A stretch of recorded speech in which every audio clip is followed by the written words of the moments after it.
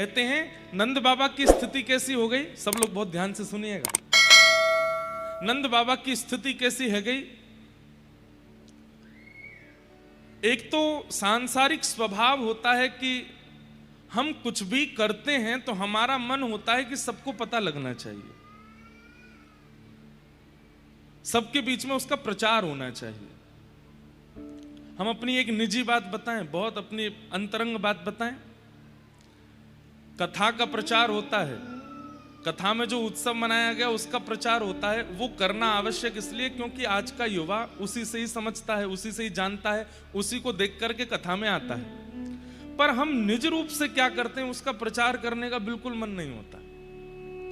निज रूप से क्या गा रहे हैं, क्या खा रहे हैं, कहां जा रहे हैं, या अपने लाल जी के नित्य दर्शन भी मैं कहीं नहीं डालता। ना किसी को कहते हैं कि रोज डालो। कई लोगों बोले आप नित्य गिरधर लाल जी के दर्शन डालना शुरू कर दो। मैंने कहा राधा वल्लभ जी के होते हैं, राधा रमन जी के होते हैं, बिहारी जी के होते हैं, जगन्नाथ जी के होते हैं, द्वारिकाधीश के होते हैं, सब करो।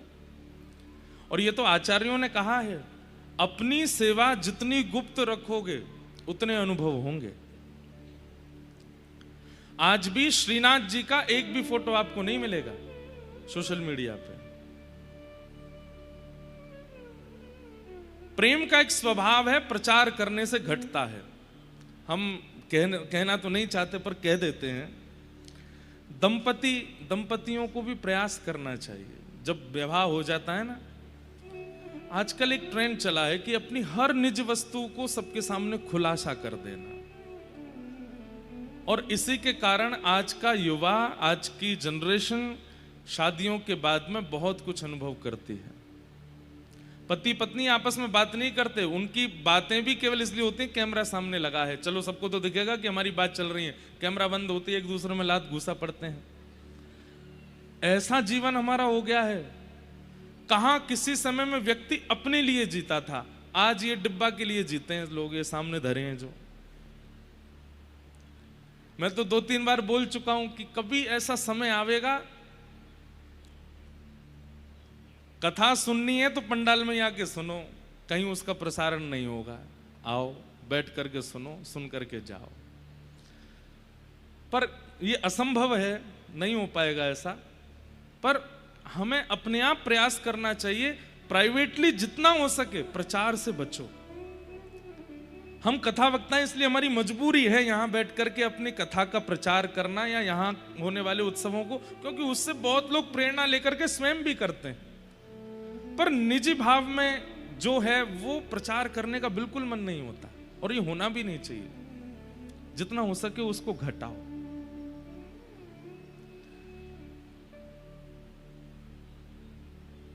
और विशेष रूप से तो विवाहित लोग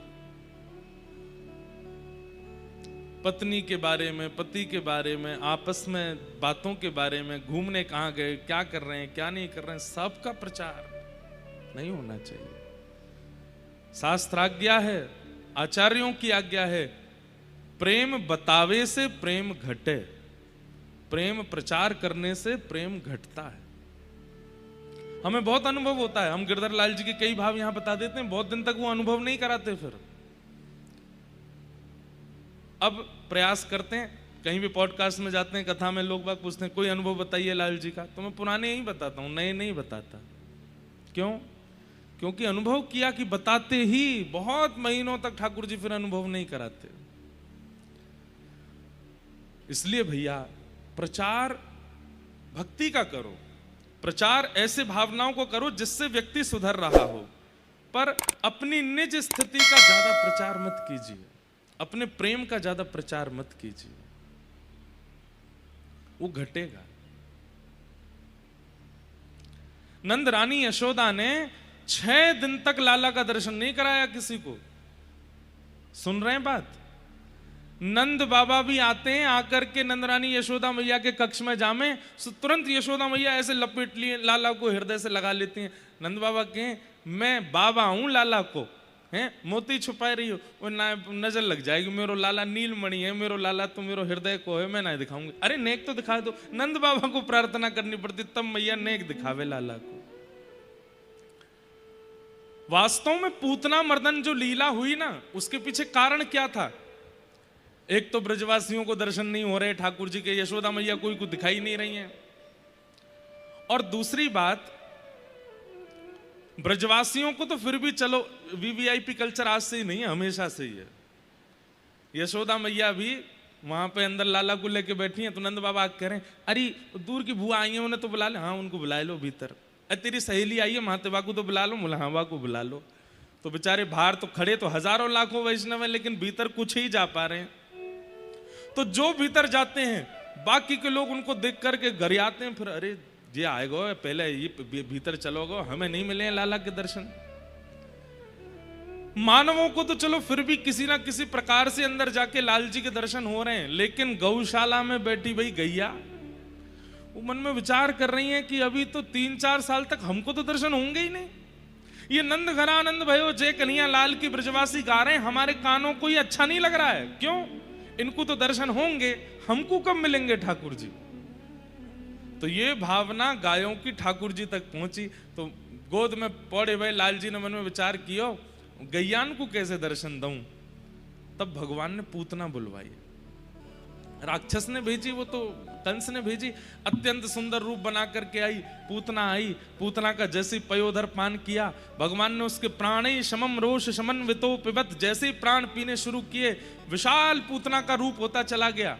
भगवान चाहते तो कक्ष में मार देते उसको, बड़ा क्यों करवाया? ताकि ये यहां से बाहर निकले, और ये बाहर निकलेगी तो कम से कम गौशाला में बंदी भाई गैयान को मैं दिख जाऊंगा, मेरे दर्शन हो जाएंगे। जैसे ही पूतना बाहर आई है विराट रूप धारण किया, पयोधर पर पड़े भये लाल जी सबको दिख गए। राक्षसी बाद में दिखी है, पहले लाला दिख गए हैं सबको। सब ने कहे ओहो नंद के लाला की जय, कृष्ण कन्हैया लाल की जय। बाद में सब बोले अरे तुम आनंद कर रहे हो, राक्षसी है वो। हमारे आचार्य चरण कहते हैं वास्तव में ठाकुर जी ने गैयाओं को दर्शन देने के लिए पूतना मर्दन किया, सबको दर्शन हो गए। जो जो भीतर नहीं जा पा रहे थे नंद भवन में, उनके लिए ठाकुर जी बाहर आ गए, आकर के सबको दर्शन दिए। जैसे पूतना का वध हुआ, सब गोप ग्वाल ऊपर चढ़ के लाल जी को उतार के लाए। यशोदा मैया बोली कोई वैद्य बुलाओ, कोई झाड़ फूंक वालों बुलाओ, राक्षसी को स्पर्श है गो, मेरो लाला कहीं बीमार नहीं है जाए। ब्रजवासिनी बोली मैया अब कौन आवेगो वैद्य, सबसे बड़ी वैद्या तो गैया है, गैया के पास चलो। लाल जी को लेकर के गौशाला गए। गौमूत्रेण स्नापित्वा पुनर्गो रजसार्भकम, गौमूत्र से स्नान करा करके गाय के खुर के कण लेकर के ठाकुर जी के 12 अंगों पर लगाए हैं। बंधुओं,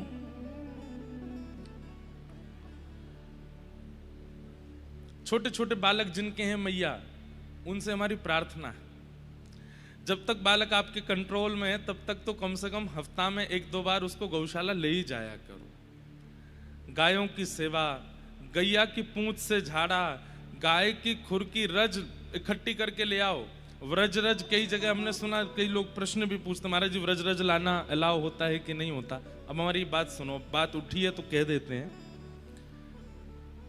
व्रज रज को रज मान करके अगर लेकर के आओगे, केवल सामान्य मिट्टी या तिलक लगाने वाली एक धातु समझ करके लेकर आ रहे हो तो बिल्कुल मत लेकर के आइए। लेकिन वो साक्षात श्री प्रियालाल जी के चरण कण हैं, साक्षात रज में दिखने वाला गौड़ कर्ण किशोरी जी हैं, श्याम कर्ण वो साक्षात ठाकुर जी हैं। इस भाव से लाकर के मंदिर में उनको विराजमान करके उनको आराधन करो, वंदन करो, नित्य माथे से लगाओ, घिस करके थोड़ा तिलक लगा लो, फिर उसके बाद व्यवस्थित मंदिर में विराजमान करो।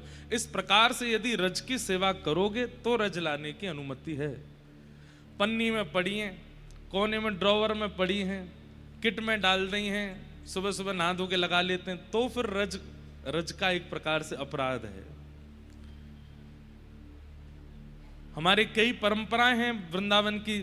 अब हरिदास परंपरा में जिन लोगों की दीक्षा है वो तो रज का ही तिलक लगाते हैं। अब चाहे विश्व में कहीं भी रहते हो रज तो लेके ही रखते हैं साथ में। हरिवंश परंपरा में भी कई लोग रज का तिलक लगाते हैं।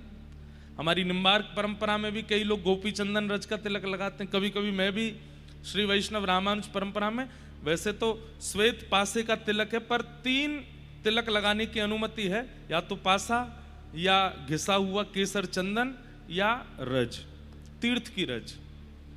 तो रज लाने की अनुमति है, पर रज को रखो वैसे ही जैसे प्रियालाल जी विराजते हैं आपके मंदिर में, उनके प्रति चंदन टीका या ऐसी भावना नहीं हो, नहीं तो अपराध है। आप ला सकते हैं, लेकिन उससे भी ज्यादा श्रेष्ठ हम आपको बता रहे हैं। व्रजरज तो अपनी महिमा में अति श्रेष्ठ है, पर छोटे छोटे बालकों के लिए गौशाला में जाइए और गायों की खुर की रज इकट्ठी कर लीजिए।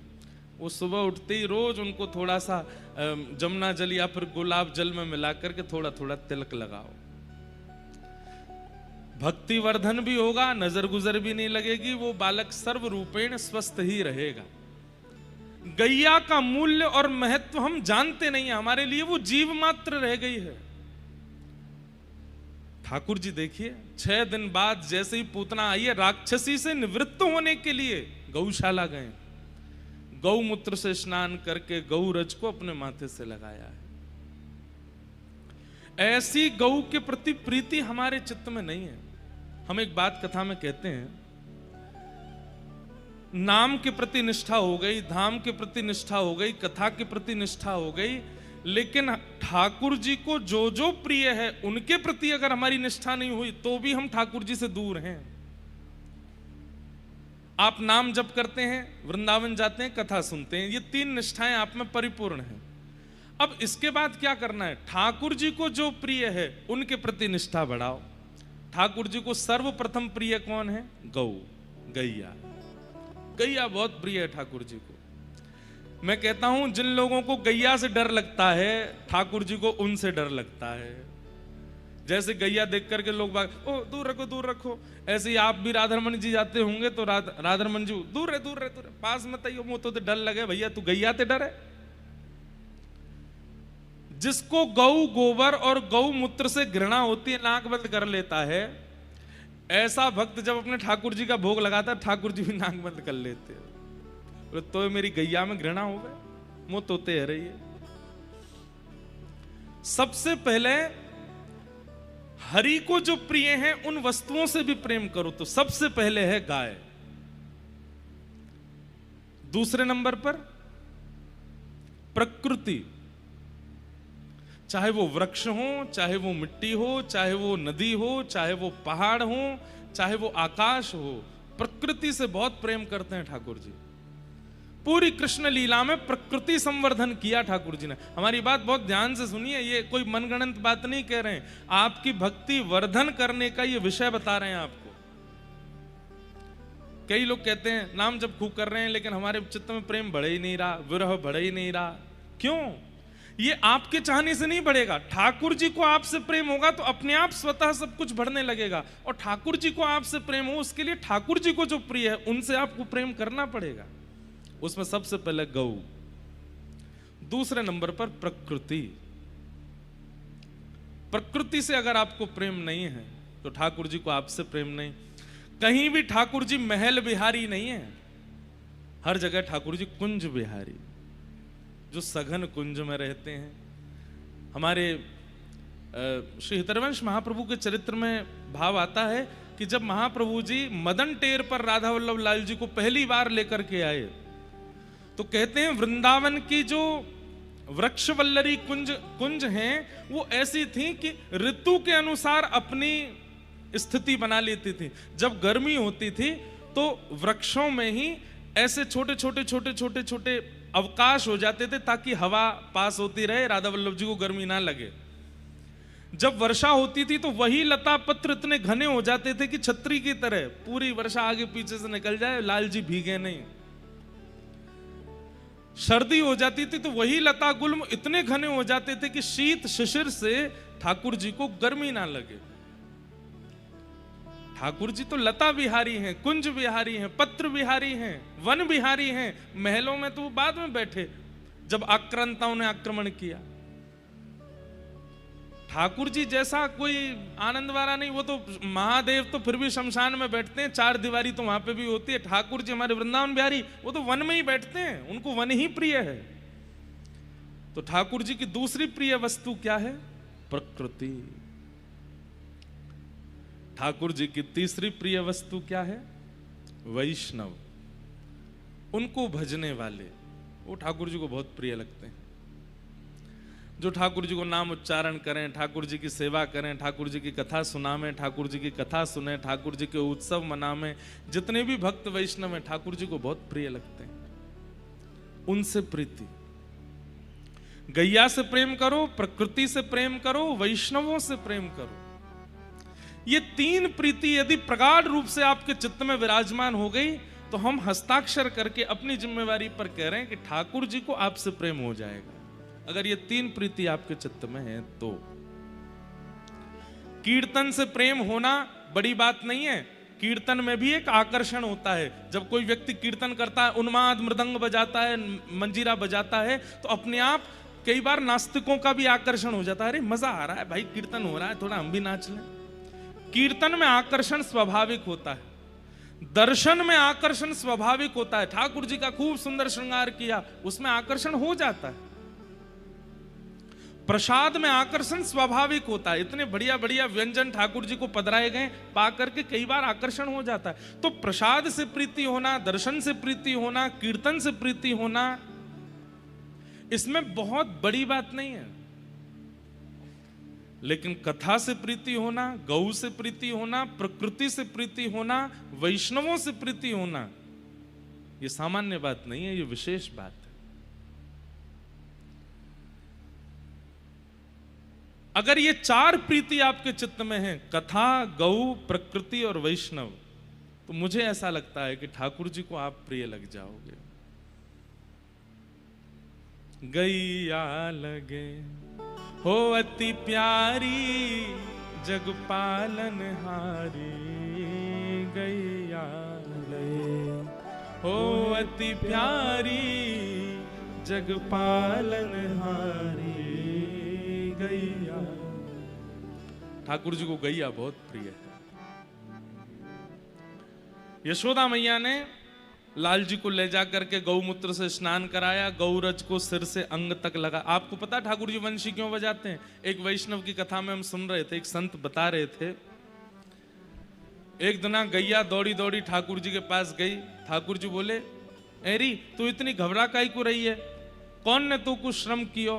कौन ने तू को कष्ट दियो? कौन ने तू को भयभीत कियो? तो गैया ने मानव का नाम तो लिया नहीं। अच्छा, ये भी एक वैष्णव का गुण है कि वो चुगली नहीं करता। यहां पर कितने सारे पत्र आते हैं, उनमें तो कईयों की चुगलियां भी आती है। कल हमने कथा से पहले अनाउंसमेंट किया था कि भैया भीड़ बहुत है, अपने आभूषणों की रक्षा कर लेना।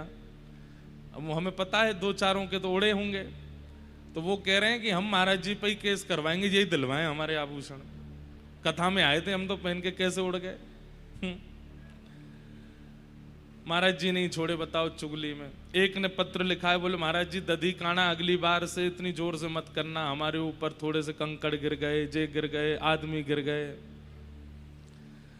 मैंने कहा भैया, कई लोग दूर दूर बैठे थे, मुझे कल दिख रहे थे जब मैं आ गया, तो कई लोग, ज्यादा नहीं थे, 10-15 लोग थे, दूर दूर बैठे थे।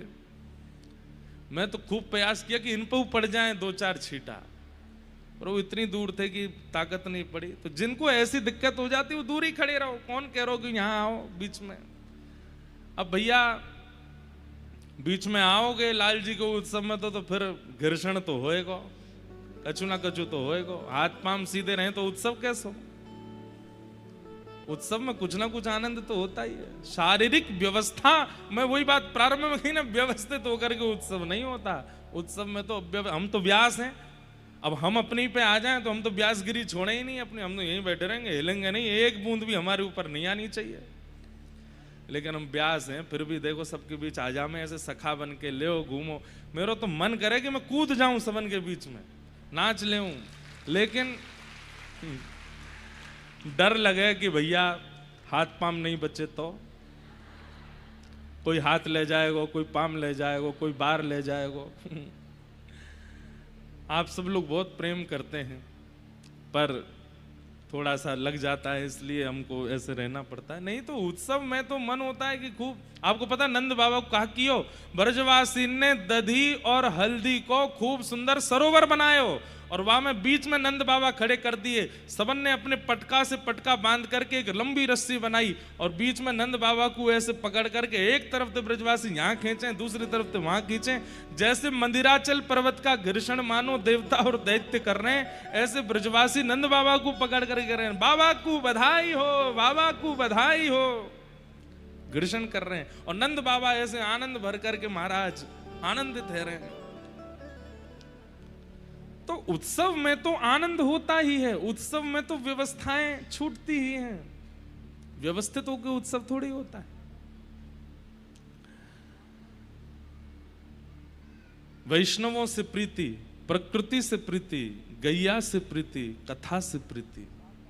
कथा से प्रीति का मतलब, अब यहां पर एक बात समझिएगा, आपको सुनना बहुत अच्छा लगता है, आपको कथा में आना, सुनना, क्रम समझना, उत्सव मनाना बहुत अच्छा लगता है, लेकिन इंप्लीमेंट करना अच्छा नहीं लगता, तो भी कथा से प्रीति नहीं मानी जाएगी।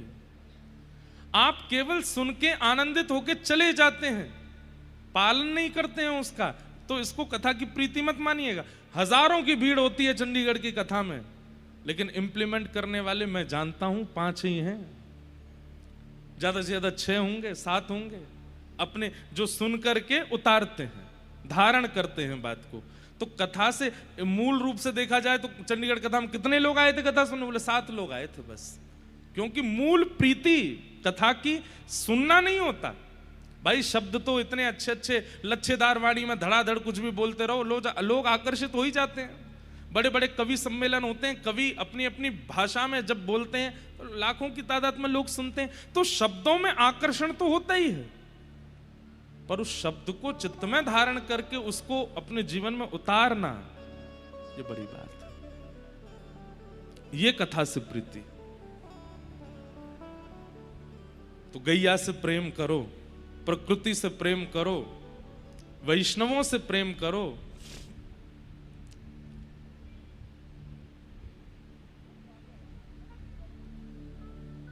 वो प्रीति ठाकुर जी को प्रिय लगती है। यहां भक्तिमती मीराबाई वृंदावन आ गई हैं। आहा, जब से वृंदावन आई हैं तब से उनकी स्तुति कैसी है। उनके साथ में जो 2-4 सेविकाएं थीं, वे जानबूझ करके उनको मंदिर नहीं लेके जाती, क्योंकि जैसे ही मंदिर जाकर के ठाकुर जी को देखती हैं, उनकी स्थिति ऐसी हो जाती है, वो अपने शरीर से विपरीत क्रियाएं करने लगती। सोने का तो कोई समय ही नहीं है, कभी नहीं सोती हैं, कभी भी रात को उठ करके चल पड़ती हैं। कई बार भक्तों की विरह स्थिति जब मैं पढ़ता हूं, श्रीमन चैतन्य महाप्रभु, उनकी विरह स्थिति अगर आपने सुन ली, पढ़ ली, आप 4 दिन तक स्वयं नहीं सो पाएंगे। ऐसी स्थिति में महाप्रभु जी रहते थे। वैसी स्थिति में भक्तिमती मीराबाई, तो मीराबाई ने क्या मन बनाया कि अब कुछ दिन मैं मंदिर नहीं जाऊंगी। ध्यान से सुनिएगा, क्योंकि मंदिर में जाती वो बेहोश होती हैं, या तो वो नाचने लगती हैं, या तो वो गाने लगती हैं, या तो वो ऐसी स्थिति में आ जाती हैं कि आसपास के सब लोग, कोई उनको पागल कहने लगता है, कोई उनको कुछ कहने लगता है, कुछ कुछ भाव कहने लगता है। अब बाईसा को तो उससे कोई फर्क नहीं पड़ता, पर साथ में जो सेविकाएं हैं उनको बहुत कष्ट होता है कि आप ऐसे नहीं किया करो। सब लोग ऐसे बात बनाते हैं। एक बार बाईसा श्रीनाथ जी के सामने पहुंची, आहा, देख करके छवि ठाकुर जी की, मन अपने वश में नहीं रहा और नृत्य करने लगी ठाकुर जी के आगे। कोई वाद्य की आवश्यकता नहीं, कोई स्थान की आवश्यकता, बस वो देखती हैं और उनका मन रूपी मयूर वो अपने वश में नहीं रह पाती, बस नाचने लगती हैं ठाकुर जी के आगे। नृत्य करते करते ऐसा नृत्य किया मीराबाई ने, सब दूर हो गए जितने दर्शनार्थी खड़े थे, और सब अपना मुंह ढक करके बातें बनाने लगे। अरे देखो, ये तो नाचने वाली है, ये तो गाने वाली है, कहीं भी आ जाती है वहीं पर नाचने लग जाती है। लेकिन भीतर खड़े गुसाई जी ने जब मीराबाई को देखा, तो उनकी तन की स्थिति और मुख की जो आकृति थी उससे पता चल रहा था कि ये सामान्य नहीं है। और गोसाई जी ने मीराबाई के बाद जैसे ही श्रीनाथ जी को देखा, जो श्रीनाथ जी सदैव नीचे नेत्र खड़े रहते हैं, आज उनके नेत्र ऊपर थे, वो मीराबाई को देख रहे थे, मंद मंद मुस्कुरा रहे थे, दो दतुइयां दिख रही हैं श्रीनाथ जी की। ये दृश्य देखते ही गोसाई जी का अपने मन पे आप बोले, ये इनका नृत्य जगत के मनोरंजन के लिए नहीं है। मीराबाई का नृत्य तो ठाकुर जी को प्रिय लगता है। तुरंत ठाकुर जी की माला और बीड़ा प्रसादी जाकर के मीराबाई को दे दी। कई लोगों ने प्रश्न उठाया कि आपने बाईसा को, एक नाचने वाली को ठाकुर जी की माला दे दी। गोसाई जी बोले, तुमको नाचने वाली लगी, पर उसका नृत्य देख करके ठाकुर जी प्रसन्न हो रहे थे, ठाकुर जी आनंदित हो रहे थे, ठाकुर जी के दांत दिख रहे थे, ठाकुर जी खुश हो रहे थे। बाईसा ने कुछ समय के लिए नियम बना लिया कि अब वो मंदिर नहीं जाएंगे, लेकिन कैसे रहें, क्या करें।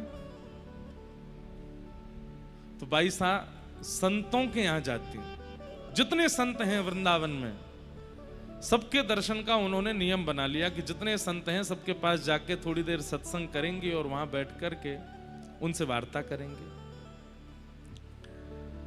उस काल में हमारे गौड़िया वैष्णव परंपरा के एक महान आचार्य श्री जीव गोस्वामी पाद वृंदावन में विराजमान थे और भक्तिमती मीराबाई उनके दर्शन को गई। आप जैसे ही दर्शन करने के लिए पहुंची तो द्वार पर खड़े हुए दो चार लोगों ने आपको रोक दिया और कह दिया कि हमारे आचार्य चरण स्त्रियों से नहीं मिलते, हमारे आचार्य चरण स्त्रियों को नहीं देखते। बाईसा का आप पूरा चरित्र देखेंगे तो एक चीज आपको समझ में आवेगी, एक तो वो निडर है, डरती नहीं है किसी से, और दूसरी बात, कोई बात भक्ति सिद्धांत की अगर उनको उचित नहीं लगती है तो वो तुरंत बोल देती है। व्यवहारिक नहीं, आपने अच्छे कपड़े नहीं पहने तो आपको मुंह पर टोक देंगी, ऐसी मीराबाई नहीं है। आपने भोजन अच्छा नहीं बनाया तो मुंह पर टोक देंगी, ऐसी मीराबाई नहीं है। लेकिन भक्ति सिद्धांत में कोई अगर गलत बात कहता है तो बाईसा तुरंत उसको बोल देती।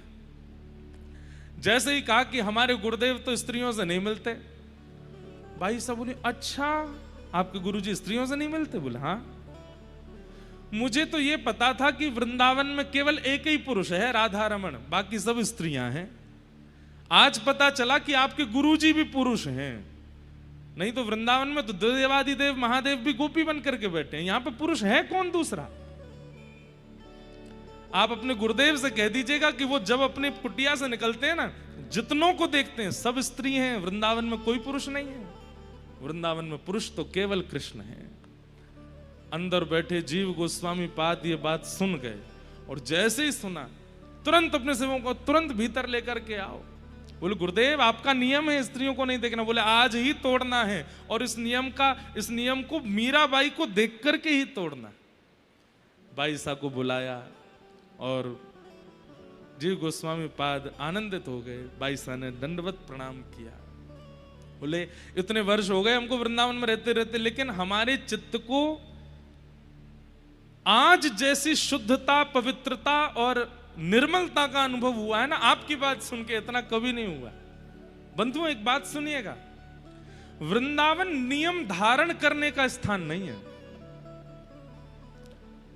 चंडीगढ़ में रहते हैं नियम से रहिए, दिल्ली मुंबई में रहते हैं नियम से रहिए। लोग उल्टा करते हैं, वृंदावन में जाके नियम से रहते हैं, अपने घर आती उद्यमी बन जाते हैं, सारे नियम तोड़ देते हैं। वृंदावन में तो नियम से नहीं रही है, वृंदावन में तो पड़े रहना ही दंडवती है। वहां जाकर के जितने घंटे आप सोते हैं ना, घंटे गिना करो, वृंदावन में कितने घंटे सोए समझ लेना, उतने घंटे की दंडवती परिक्रमा मानी गई है आपकी। वृंदावन में बोलना ही भजन है, वृंदावन में घूमना ही परिक्रमा है। वृंदावन में नियम धारण करने का स्थान नहीं है। अन्य अन्य स्थानों पर नियम से क्या होता है, हृदय की शुद्धि। वृंदावन जाकर के तो विचरण करना, दर्शन करना, आनंद करना, खूब उन्माद होकर के नृत्य करना, उसी से ही शुद्ध होता है चित्त। जीव गोस्वामी पाद बोले मैंने आज तक नियम धारण किया था, लेकिन आज तक मुझे ठाकुर जी का अनुभव नहीं हुआ। आपकी बात सुन के और जैसे ही मैंने आपको देखा है, पहली बार एक स्त्री का दर्शन मैं कर रहा हूं, और आपको देखते ही मुझे ऐसा लग रहा है कि श्री कृष्ण मेरे आसपास ही हैं, वो मेरा स्पर्श कर रहे हैं। आज मेरे संपूर्ण जीवन के भजन का फल मुझको मिल गया है। धन्य है आप। मीराबाई अपनी प्रशंसा सुन के प्रसन्न नहीं होती, वो कहती हैं, आचार्यों के चरणों में आई हूं, कुछ पूछना चाहती हूं। जीव गोस्वामी पाद बोले, आज्ञा कीजिए, क्या पूछना है आपको? बाईसा का तो एक ही प्रश्न रहता है, मुझे बहुत प्रिय है ये पद। मीराबाई के सारे पद ही अच्छे हैं, पर कुछ पद ऐसे हैं जो हृदय में बिल्कुल घर करके बैठे।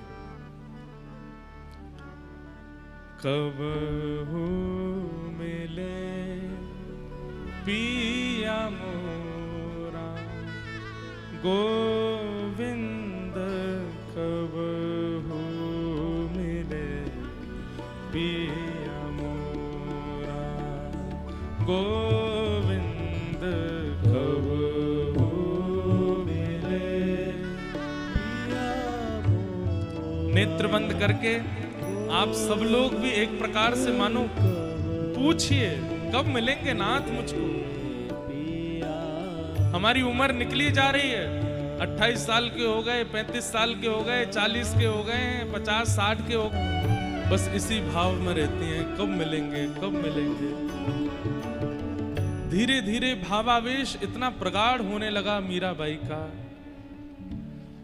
अब तो मीराबाई कभी भी उठ करके चल देती हैं, कभी यमुना तट पर मिलती हैं, कभी सेवा कुंज में मिलती हैं, कभी निधिवन राज में मिलती हैं। उनके साथ में रहने वाली सब सेविकाएं केवल ढूंढती रहती हैं। ढूंढते ढूंढते जब पहुंचती हैं तो कहती हुई पाती हैं, श्याम सुंदर अभी अभी नाव लेकर के सब गोपी और किशोरी जी के साथ यमुना विहार को गए, मैं आने में विलंब कर गई, मुझे यहीं छोड़ गए। कभी सेवा कुंज में मिलती हैं, यहाँ श्याम सुंदर रास विहार कर रहे थे और रास मैं सब दर्शन कर रही थी। जैसे ही मैं श्रृंगार करके पहुंची, मैया यशोदा ने टेर लगाए करके लाला बुलाए लिए, ठाकुर जी चले गए, सखियां अपने घर चली गई, मेरे संग रास नहीं भयो। कभी दौड़ करके गिरिराज जी चली जाती हैं वृंदावन से, और वहां श्री गिरिराज जी की तलहटी में बैठी हुई मिलती हैं। 4-4 दिन तक मीराबाई का पता नहीं चलता कि वे कहां हैं। ऐसी भावावेश भाव स्थिति में जा चुकी हैं। अब तो स्थिति ऐसी हो गई, पूरे दिन बैठे बैठे ज्यों ज्यों दिन बढ़ रहे हैं त्यों त्यों उनका विरह बढ़ता जा रहा है। सब सखियां उन्हें कहती हैं, आपने 4 दिन से कुछ नहीं पाया है, आप कृपा करके कुछ पा लीजिए। बाईसा कहती हैं, मैं कैसे पालूं, श्याम सुंदर को देखे बगैर कैसे पालूं? कहीं मैं पाने में व्यस्त हो गई और वो आ गए तो, अरे वो एक क्षण ही रुकते हैं, कहीं मैंने एक क्षण भी गवा दिया तो। सखियां अब कैसे करें? तो बोल देती हैं, श्याम सुंदर कह के गए हैं, बाईसा अगर भोजन कर लेगी तो मैं आ जाऊंगा। ऐसा कह के गए श्याम सुंदर, मैं प्रसाद पाऊंगी तो आ जाएंगे? बोले हाँ आ जाएंगे। अरे जल्दी लेके आ, राधा वल्लभ जी की प्रसादी लेके आ, सेवा कुंज की प्रसादी लेके आ, सब मंदिरन की प्रसादी ला, मैं अभी पालूंगी, ऐसा बढ़िया चकाचक पाके रखूंगी, श्याम सुंदर आएंगे ना फिर? बोले हाँ आएंगे। ऐसे बहाने लगा करके भोजन पवाती है। कभी कहने लगती हैं, श्याम सुंदर आए थे, कह गए थे, बोले मीराबाई सोएगी तो मैं आऊंगा, तुरंत चद्दर ले लेती हैं, मैं अभी सोने जा रही हूं, अभी सो जाती हूं, अब आ जाएं तो मुझे उठा देना, वो आएंगे ना मेरे सोने से? बोले हाँ आएंगे। ऐसे बहाने दे दे करके बाईसा से क्रिया करवाती हैं। बंधुओं, प्रेम मार्ग बहुत कठिन है। या तो केवल भक्ति मार्ग तक ही रहिए, प्रेम मार्ग में प्रवेश करने की स्थिति मत रखिए। कहीं प्रेम मार्ग में प्रविष्ट हो गए तो फिर संसार के व्यवहार, नियम और रिश्तेदारी और जितने भी ये प्रपंच हैं, इनका निर्वहन आपसे हो नहीं पाएगा। परंतु बाईसा भले ही इतने विरह भाव में रहती हैं, पर बड़े बड़े संत बाईसा का दर्शन करने के लिए आते हैं। वो संस्कृतज्ञ नहीं है, वो बहुत पढ़ी लिखी नहीं है, लेकिन बाईसा बैठ कर के जब ठाकुर जी के भाव में कीर्तन करती हैं, बड़े बड़े ज्ञानी जन उनको देख करके भक्ति में तल्लीन हो जाते हैं। एक बार बादशाह अकबर ने भी मन बनाया कि मैं मीराबाई के स्वर सुनने के लिए जाऊं, और तानसेन को साथ में लेकर के रूप बदल करके बादशाह अकबर और तानसेन दोनों आए। रोज संकीर्तन करती थी मीराबाई, तो कई सारे वैष्णव चारों तरफ से घेर के बाईसा को बैठते थे और हाथ में करताल लिए, कभी एक तारा लिए, ऐसा स्वर गूंजता था मीराबाई का, सब आनंदित विभोर। किसी के नेत्र ऐसे नहीं होते थे जिनमें अश्रु ना हो। और जब मीराबाई नृत्य करती थी तो ऐसा कोई होता नहीं था जो नृत्य ना करे। कहां तक कहें, वृंदावन के सघन कुंज के बंदर भी दूर दूर बैठ करके बाईसा को देखते और उनके नेत्रों से भी अश्रुपात होता था। ऐसा बाईसा का कीर्तन। बंधुओं, जिस प्रकार हम जो भी भोजन करते हैं वो धीरे धीरे हमारे मुख पर, हमारे शरीर पर अंकित होने लगता है, दिखने लगता है, तेज के रूप में, त्वचा के सुंदरता के रूप में, जो भी बात कहो। ऐसे ही भजन, भक्ति चित्त में कैसी है वो कई बार आपके मुख से प्रदर्शित होने लगती है। और सबसे बड़ी बात, भक्ति को प्रकट करते हैं नेत्र, नेत्रों से प्रकट होती है। महापुरुषों के आप नेत्रों में ज्यादा देर आंख मिलाकर के बैठ नहीं पाओगे। मैं अपना अनुभव बता रहा हूं। बड़े बड़े महापुरुष सामने बैठे हों और आप टकटकी लगा करके अगर उनके नेत्रों को देखना चाहोगे, आप देख नहीं पाओगे। आपके नेत्र स्वयं मना करेंगे कि नहीं, ये तेज सहने की हम में क्षमता नहीं। आप ठाकुर जी से नेत्र मिला सकते हो, लेकिन वैष्णवों से नेत्र नहीं मिला पाओगे। क्योंकि भक्ति ऐसी होती है कि वो कई बार आपकी त्वचा, आपके नेत्र, आपकी वाणी, आपके आसपास के वातावरण में प्रकट होने लगती है, और उस वातावरण का जो स्पर्श करता है सब भक्त होते चले जाते हैं। मीराबाई का स्वरूप ऐसा है कि जो देख लेता है उसके चित्त में अनायास भक्ति प्रकट हो जाती है। अरे, हमें तो कथा सुना करके कृष्ण का परिचय देना पड़ता है, तब भक्ति होती है, पर मीराबाई को देख करके तो बिना परिचय के भक्ति हो जाती है। उसके बाद व्यक्ति व्याकुल होकर ढूंढता है कि मीरा जिस कृष्ण को पुकार रही है वो कौन है, उनकी कथा सुनाओ। वक्तागण भी कहते तुम रो कैसे सकते हो बिना जाने? बोले पता नहीं, जब से मीराबाई का कीर्तन सुना है तब से ये स्थिति हो गई है। इसका मतलब क्या है? भक्ति कई बार आपके रूप, आपकी दृष्टि, आपकी वाणी और आपके आसपास के वातावरण में प्रकट होने लग जाती है, और उस वातावरण का जो स्पर्श करता है उस पर भी भक्ति प्रवाहित होती है। अकबर और तानसेन रूप बदल करके आए, मीराबाई बैठी हैं। इसको कोई चमत्कार मत समझिएगा, कोई तंत्र नहीं था मीराबाई के पास। पर सभा में जब मीराबाई गाती थी तो नेत्र बंद करके गाती थी, नेत्र नहीं खोलती थी, चाहे कितनी भीड़ बैठी हो। पर जब अपना कीर्तन विश्राम करती तो एक दृष्टि घुमा करके सबकी ओर देख लेती थी। आज बाईसा कीर्तन नहीं कर रही हैं, बस बैठी हैं, और तानसेन और अकबर वो स्वर ही सुनने आए थे मीराबाई का। कई बार ऐसा होता है कि आचार्य अपने शिष्यों से कह देते हैं कि आप कुछ गाओ, तो आज मीराबाई ने भी अपने किसी एक सखी से कहा तुम कीर्तन करो, मैं सुनूंगी। और सुनने के बाद में सब आनंदित हो गए। तो बाईसा ने बस एक बार दृष्टि घुमा करके देखा, रूप बदल के बैठे अकबर और तानसेन। उस समय में चित्र नहीं होते, कौन जाने कि बादशाह अकबर है, पर एक बार दृष्टि घुमा करके देखा और तुरंत बाईसा पहचान गए। और जब उठ करके जाने लगे तो तानसेन और अकबर आपस में चर्चा कर रहे थे, और बाईसा जैसी बगल से निकली तो बोल पड़े, हमने तो आपके स्वर के विषय में सुना था और आज वही सुनने के लिए आए, पर आज तो आपने गायन ही नहीं किया। बाईसा तुरंत अनायास ही नेत्र मिला के किसी को देखती नहीं है, बोल पड़ी, ठाकुर जी के सुंदर स्वर सुनने के लिए, कीर्तन सुनने के लिए छद्म भेष बनाने की आवश्यकता नहीं है अकबर। अपने मूल रूप में आओ, सब सुनाई देगा। और फिर मीरा के पास नहीं आना पड़ेगा, वृंदावन का कण कण कृष्ण ध्वनि सुनाएगा। ये छद्म भेष बना करके कभी वैष्णवों के पास मत जाना। अकबर तो घबरा गया, तानसेन से बोला इनको कैसे पता कि मैं अकबर हूं।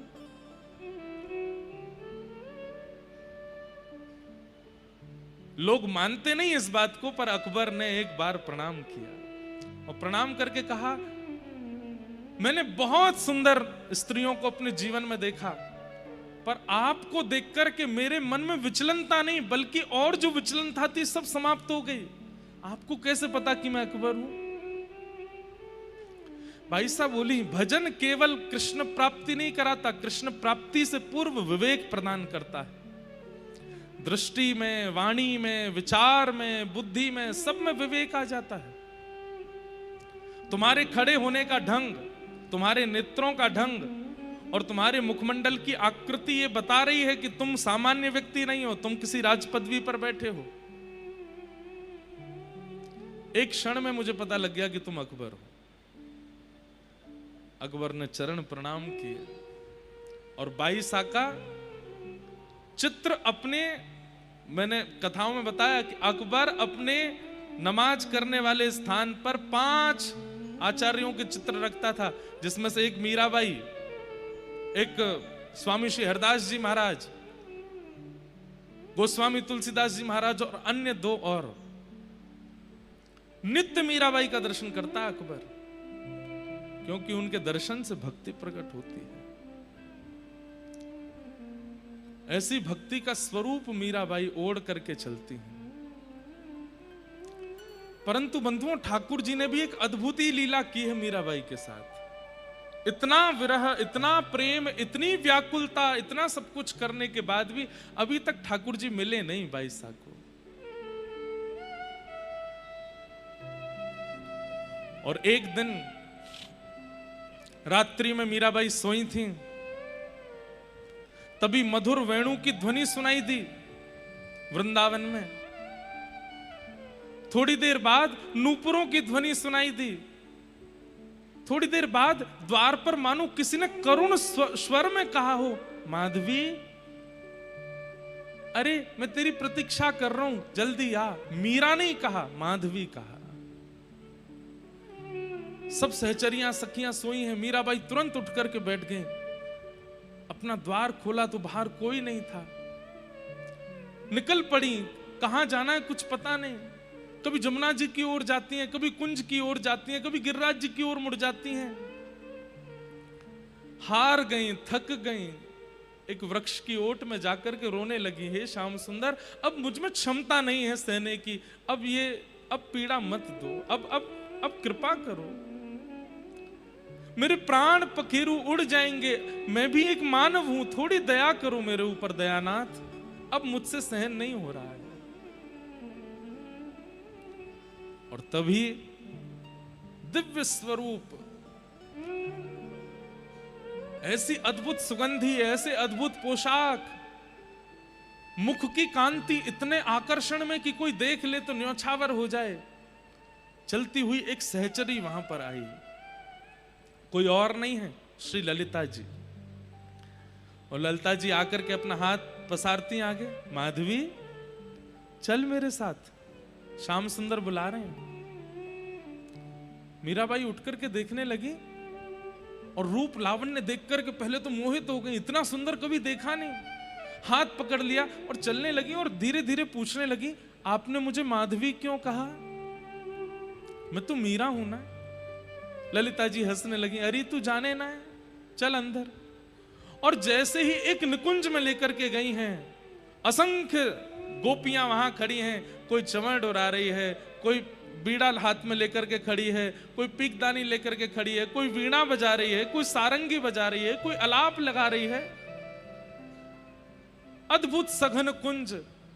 और जैसे ही मीराबाई प्रवेश करती हैं, सब आपस में काना पूछ, अरे माधवी आ गई, हमारी माधवी आ गई। मीराबाई सबको देख रही हैं, हाथ पांव कांप रहे हैं, नेत्रों से अश्रु प्रवाह हो रहा है। फिर पूछती हैं, ये सब मुझे माधवी क्यों बोल रहे हैं?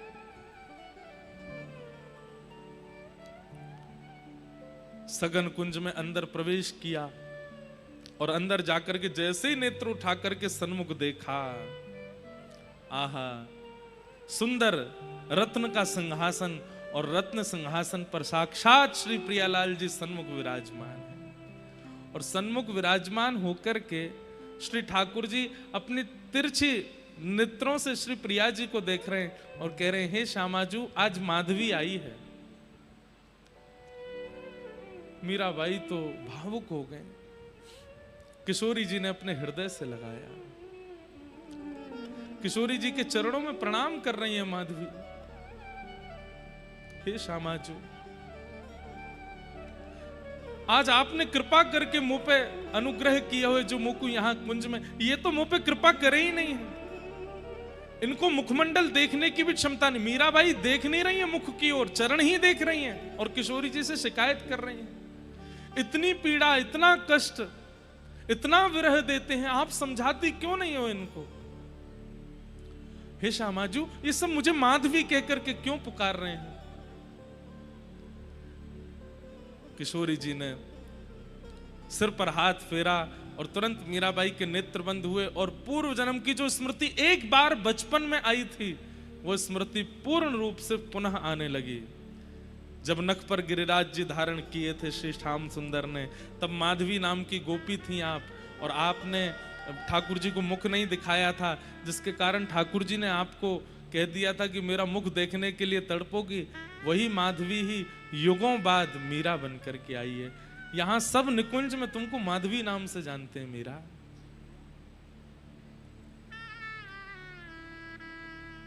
आज मीराबाई को भी साक्षात निकुंज का दर्शन किशोरी जी की कृपा से हुआ है। लाडली जी ने अनुग्रह करके मीराबाई को बुलाया, चरण पकड़ लिए। आज तक तो कृष्ण, माधव, गोविंद, मधुसूदन, मुरारी कह करके, गिरधर कह करके नाची हैं, परंतु आज किशोरी जी के चरण पकड़ लिए। मुक्ति भुक्ति ना मागत केवल, मुक्ति भुक्ति ना मागत केवल, अपनो जान संभालो किशोरी राधे, अपनो जान संभालो किशोरी। कुछ नहीं चाहिए किशोरी जी, मुक्ति नहीं चाहिए, भुक्ति नहीं चाहिए, बस एक चीज चाहिए। क्या? अपनो जान संभालो किशोरी राधे, अपनो जान संभालो किशोरी राधे। मुझे तो भरोसा है तेरो री किशोरी राधे, मोहे तो भरोसा है तेरो री किशोरी राधे। साधनहीन दीन में राधे, साधनहीन दीन में राधे। तुम करुणामयी प्रेम अगाधे, तुम करुणामयी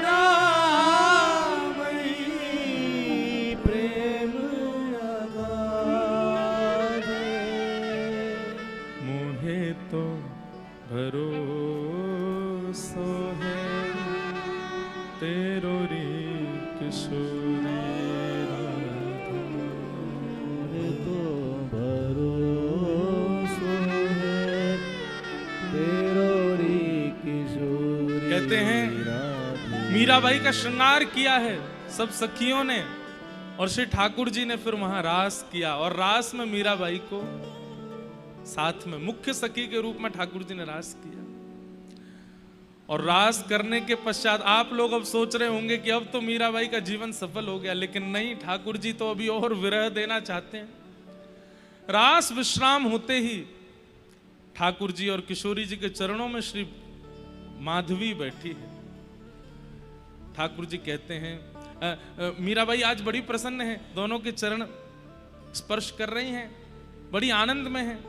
बहुत दिन बाद आज मीराबाई बहुत प्रसन्न है, और प्रसन्न क्या, सर्वनिधि मिल गई उन्हें। लेकिन ठाकुर जी तुरंत कहते हैं, माधवी अब तोकू वापस जानो पड़ेगो।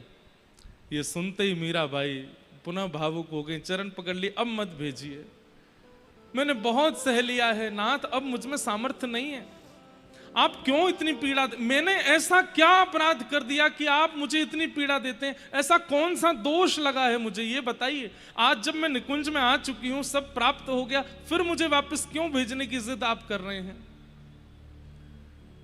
ठाकुर जी ने माधवी के सिर पर हाथ रख के कहा, अपने बारे में विचार मत करो माधवी, तुम मीरा हो और तुम्हारे कारण ना जाने कितनों को प्रेम लक्षणा भक्ति का अनुभव हो रहा है। अभी वृंदावन में कई रसिक, कई भक्त और कई महापुरुषों को तुम्हारे दर्शन की आवश्यकता है, और तुम्हारे भजन और तुम्हारे भक्ति के प्रचार से